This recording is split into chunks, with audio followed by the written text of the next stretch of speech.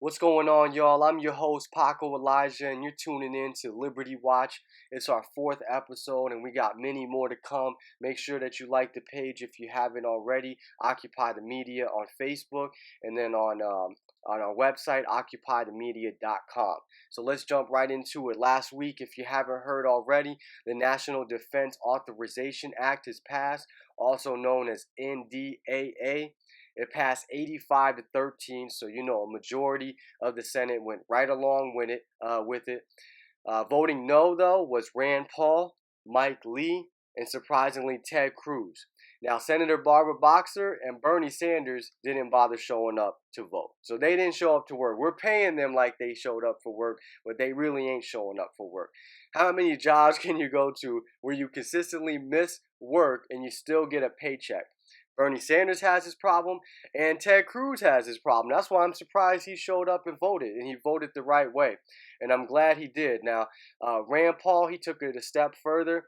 I have an article here from Rare.us. Headline: Rand Paul is trying to get Congress to declare war on ISIS, and the Senate couldn't care less.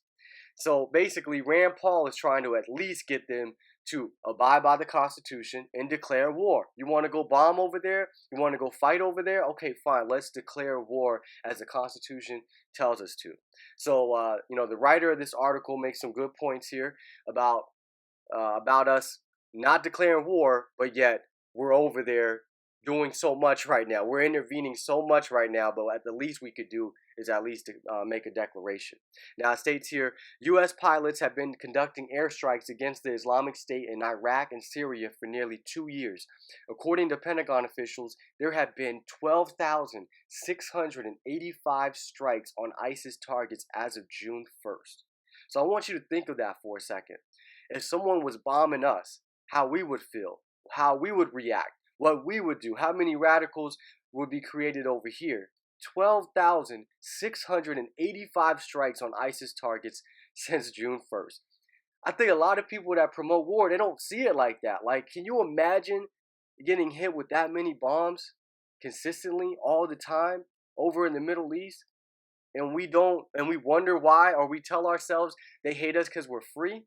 We got to think about blowback. We got to understand we got to look at it through their eyes. How would we feel if that many strikes were happening over here?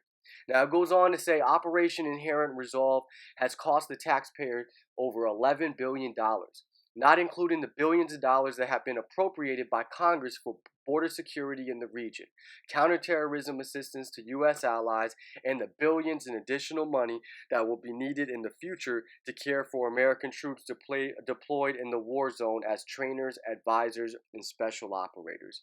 And yet, despite all of this, Congress has neglected repeatedly to formally authorize the use of military force against the Islamic State.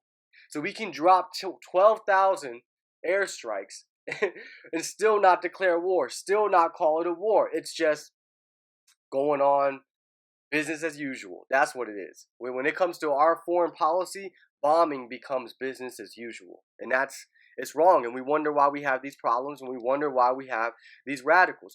So to put it bluntly, the Congress has been ignoring the Constitution, passing a formal declaration of war or an authorization for the use of military force, both of which would put America's elected representatives on record.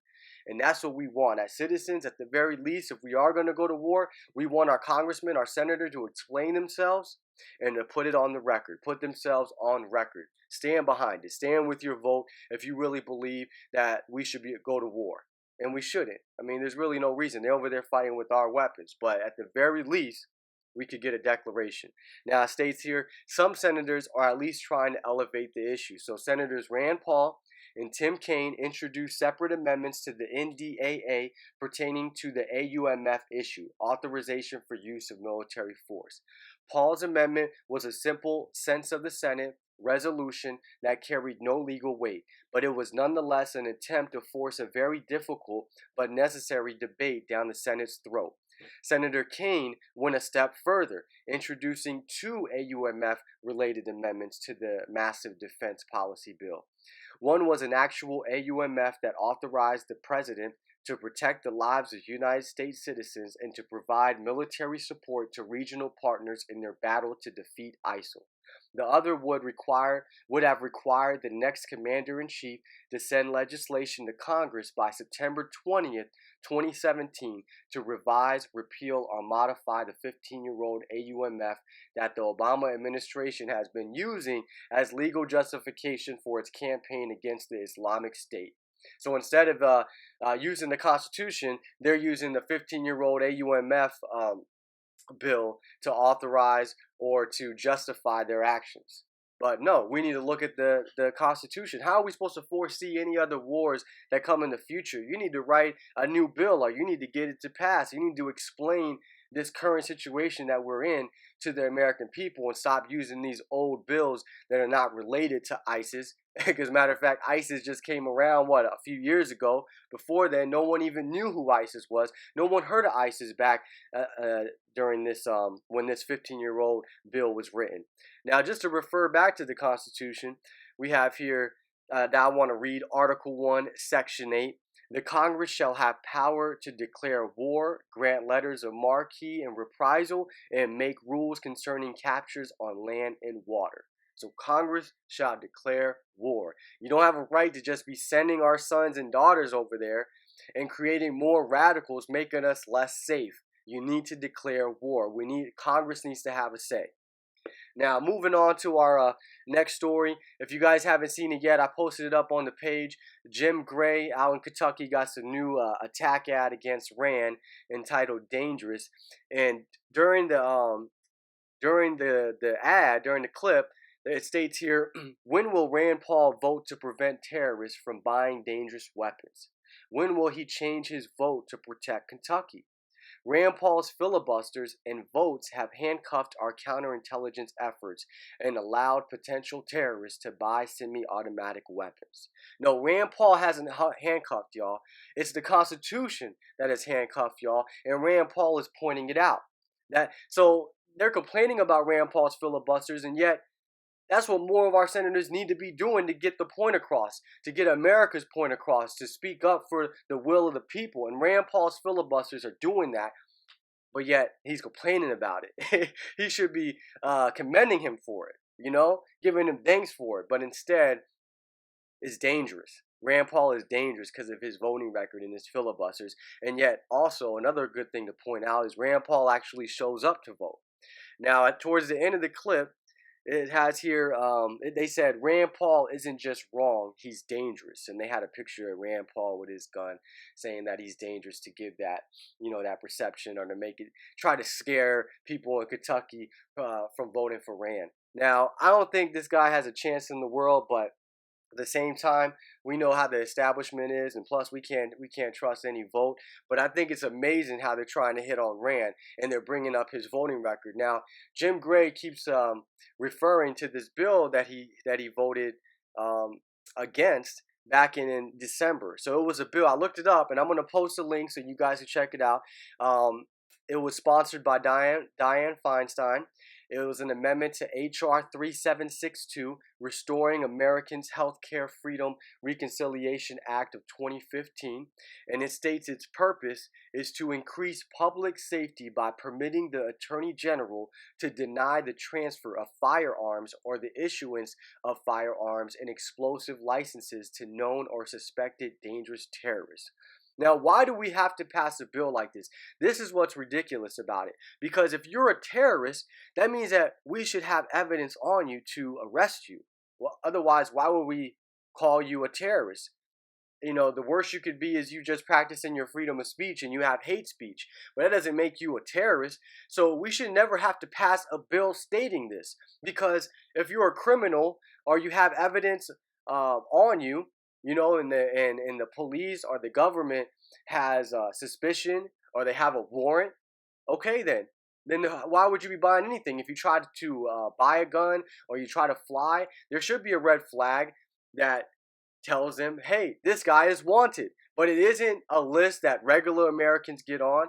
It isn't a list that the average Joe can get on, or that even a child or a member of Congress can get on. It should be that if you violate somebody's rights, or you're a criminal, or you have committed terrorist acts, or we have proof that you're trying to commit terrorist acts, then we have a warrant and you can't buy anything. You can't buy no gun. You can't get no explosives because you're on the run. But to say that the average citizen could be to have his gun rights taken from him, but at the same time, they be labeled a terrorist, but at the same time, not terrorist enough to lock you up, not terrorist enough to arrest you, not terrorist enough to go and get you or find you. No, just terrorist enough to keep you from flying and terrorist enough to keep you from buying a gun. This is why these bills and these amendments are ridiculous. And Rand Paul is standing up for the Constitution because he knows this is unconstitutional. But they don't want to mention that. They don't want to bring that up. They just want to try to make him look bad by saying it's terrorist. He's trying to allow terrorists to buy dangerous weapons, which is ridiculous. Because if you're a terrorist, you're a criminal, and obviously you should be arrested. You should be put in jail. But we don't need no law telling us that there's some dangerous Americans that have the potential to become terrorists based on their hate speech or based on whatever reason. It doesn't even matter what the reason is. But we need more of our senators to stand up against these amendments and these bills. So hopefully Kentucky's going to see through that, and Jim Gray's going to lose miserably, and we're going to be able to keep Rand Paul in the Senate, because we definitely can't lose him in the Senate, that's for sure. We already see what Jim Gray's trying to do. That's another gun grabber that we're going to have in the Senate if he wins. Might as well just have another Hillary Clinton. Why not? Or another Bernie Sanders. All these gun grabbers. Now, moving on to the next story. Ron Paul's Texas Straight Talk is out. You know, it comes out every Monday. You guys can check it out on my page. And I also put the link for the text if you want to read it. It's a little bit that I want to touch on because Ron Paul is always making some great points. And really, we should be taking these points, tucking them, keeping them, using them when we're debating, because Ron Paul gives us a lot of tools that we can use. Now, it says here, while the government certainly, actually, this is titled Orlando, the new 9/11.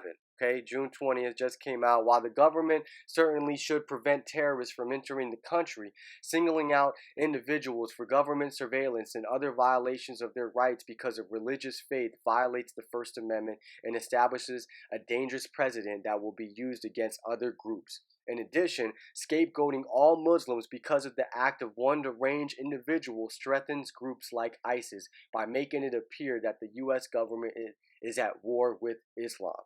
Exactly. We're just giving them more credibility.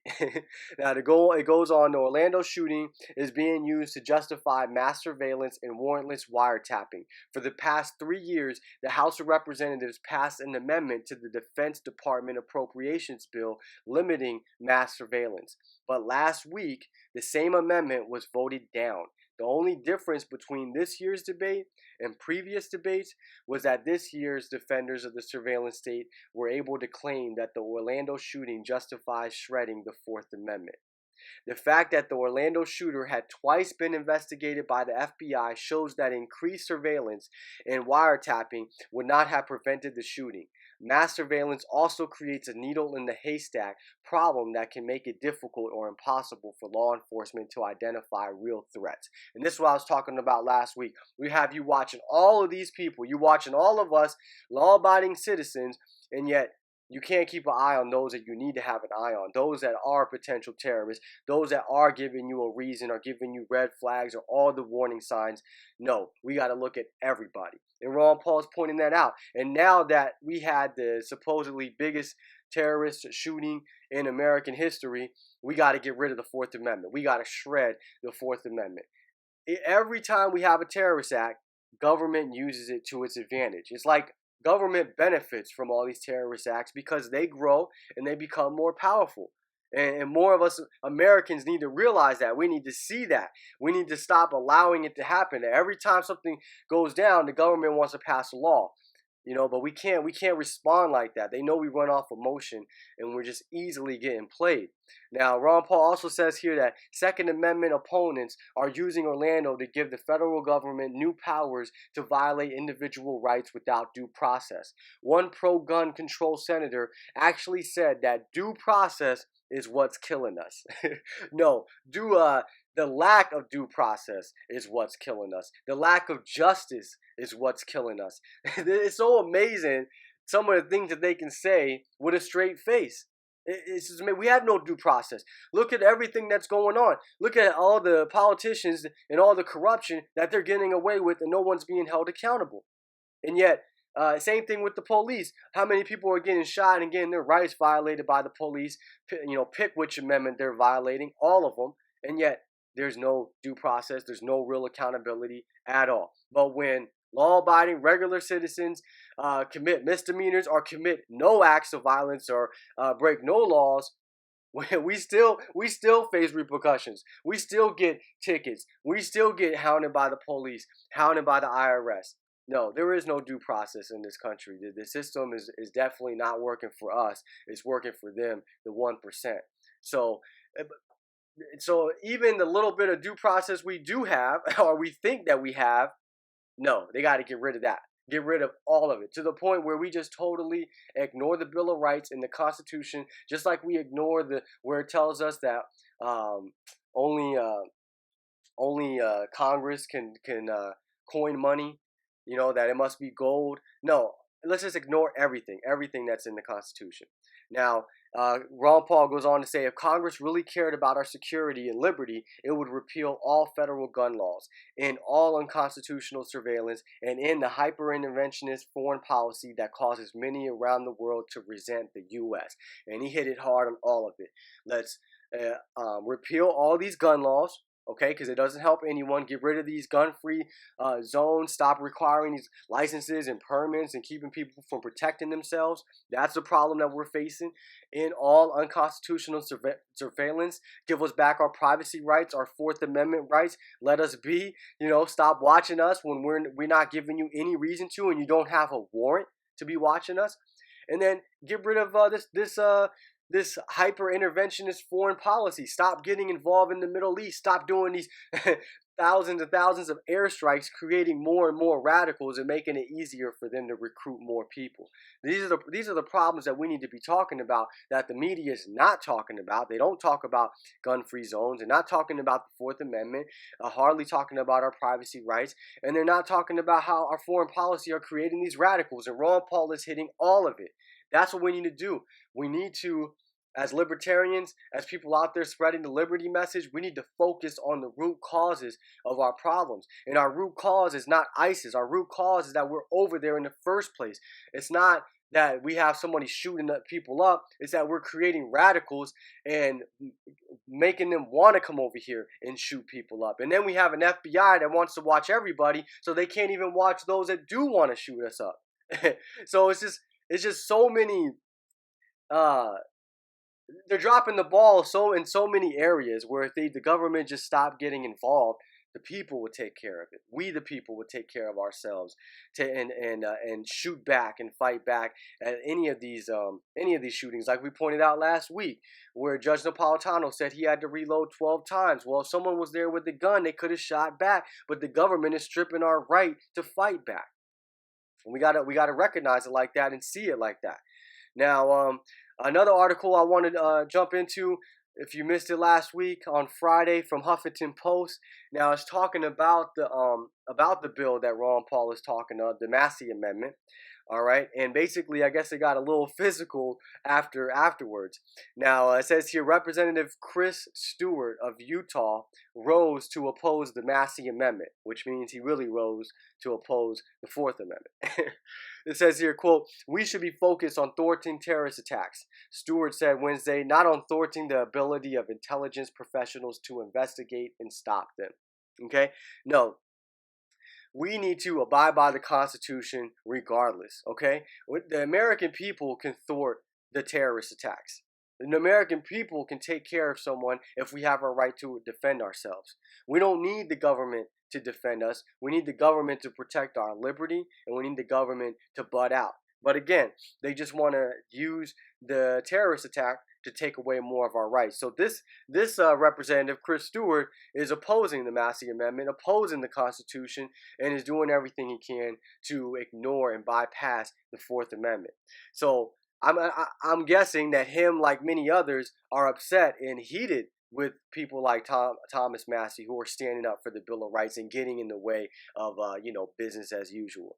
Now it says here, the spirited debate continued even after the House had moved on. Stewart and Massey exchanged words in the back of the chamber, and at one point, Stewart aggressively grabbed Massey's arm to prevent him from walking away.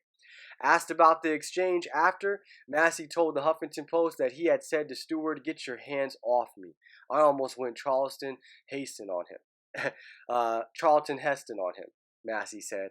Now, this is this I ain't gonna say it's great, but it points out something great, that the liberty candidates do make a difference, that our message is getting across. You see, when I always tell people we need to get involved and we got to support these liberty candidates and we got to try ourselves to get in and get elected if we can.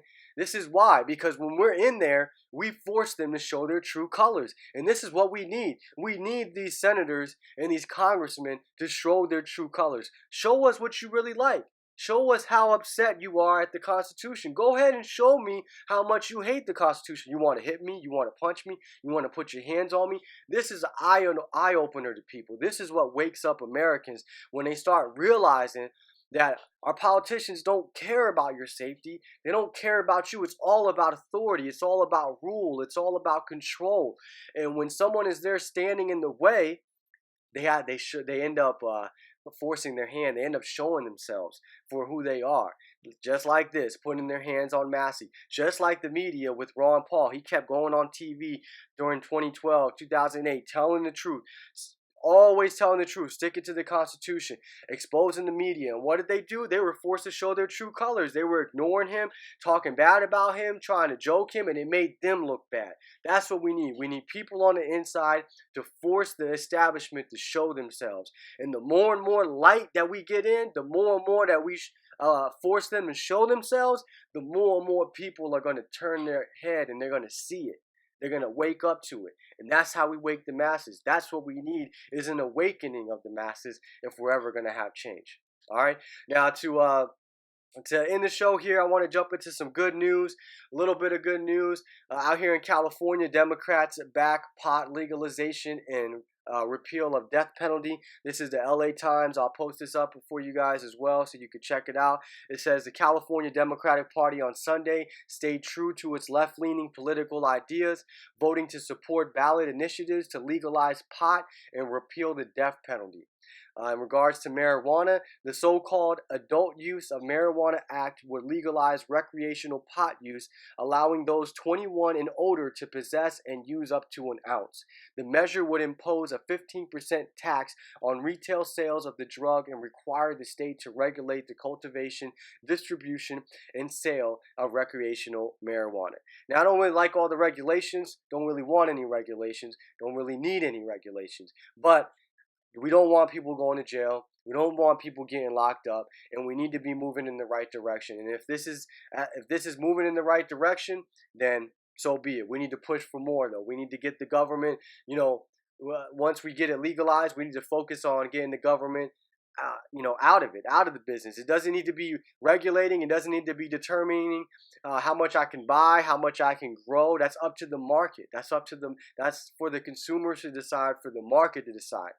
But at the very least, it is good that people are no longer going to be considered criminals, and that's a positive thing, and we need to be happy over that at the very least. Now, the other thing, death penalty, a measure that would eliminate death sentences and replace them with a sentence of life without parole. And I've always been against the death penalty. Don't believe in it. The way I put it is, yeah, people do deserve death. There's a lot of people that deserve to die for the things that they have done. But the question is, does government deserve to kill anybody? Does government deserve the right to play God pretty much and take away someone's life. And I argue against that. I believe that government, if we are going to have any government, it should be here to defend our liberties, to protect justice, to ensure justice. And so I feel like government only needs to contain criminals that are a threat to our livelihood, that are a threat to our rights. They just need to contain them and keep them in a place. But we don't need to torture them. We don't need to kill them. That's for them and their creator to decide about that. That's something that he has to deal with, and that inmate has to live with. But the government should not be killing anyone, especially because we end up killing innocent people. And a lot of people that are in our prisons, in our jails, are innocent and should not be there. And we've come across a lot of instances where the death penalty has killed innocent people. So I'm all for repealing the death penalty, and I feel like all Americans, liberals, conservatives, libertarians, I feel like we all should be against the death penalty, because we shouldn't trust government with the power to kill, or the power of death. We shouldn't trust them with that. And then final headline here, also some good news. If you're out in New Hampshire, you could buy a car and get an AR-15. So let's see here. This is from the Washington Post, and I also posted up the news clip on Occupy the Media page. You could check it out there. Mike Hagan, the owner of Hagan's Motor Pool Auto Repair and Sales in Rochester, New Hampshire, has gone several steps further with the new campaign involving a notorious weapon. His pitch: buy a car, get an AR. The marketing campaign was unveiled in May, but it has attracted new scrutiny in the wake of the deadliest mass shooting in U.S. history. Hagan, a combat veteran who served in Afghanistan, told NH1 TV that the gun sale is done in conjunction with a local firearms store that completes the required background checks. So this is good. We need more of the public to not be more of the public to be more accepting of guns. And I don't know the gun laws up in New Hampshire, but I'm pretty sure they're better than out here in California. But it's always good news when Americans are buying more guns, when Americans are becoming less scared of guns, because an armed society is a polite society. We need to stop thinking that only the cops should have guns, or only the government should have guns, and that they should protect us, when it shouldn't be like that. When we have true freedom, true free markets, we defend ourselves, we protect ourselves, and we do whatever kind of business deals we want. Now, I'm surprised this is actually legal over there, but apparently it is. They were talking about on the news that what he's doing is perfectly legal, and I commend it. So if you in New Hampshire, are you near New Hampshire, I always believe in trying to support people of liberty, support people that defend the Constitution and the Bill of Rights. Well, here's a business owner we have a chance of supporting, and I'll post a link up there if you guys want to check it out. But that's the show. You guys should be able to check me out tomorrow. Don't forget to like the page, Occupy the Media. Again, the website, occupythemedia.com. And then on YouTube, Occupy the Media. And for now, you can check out the show on my personal YouTube page, Paco757. All right, peace.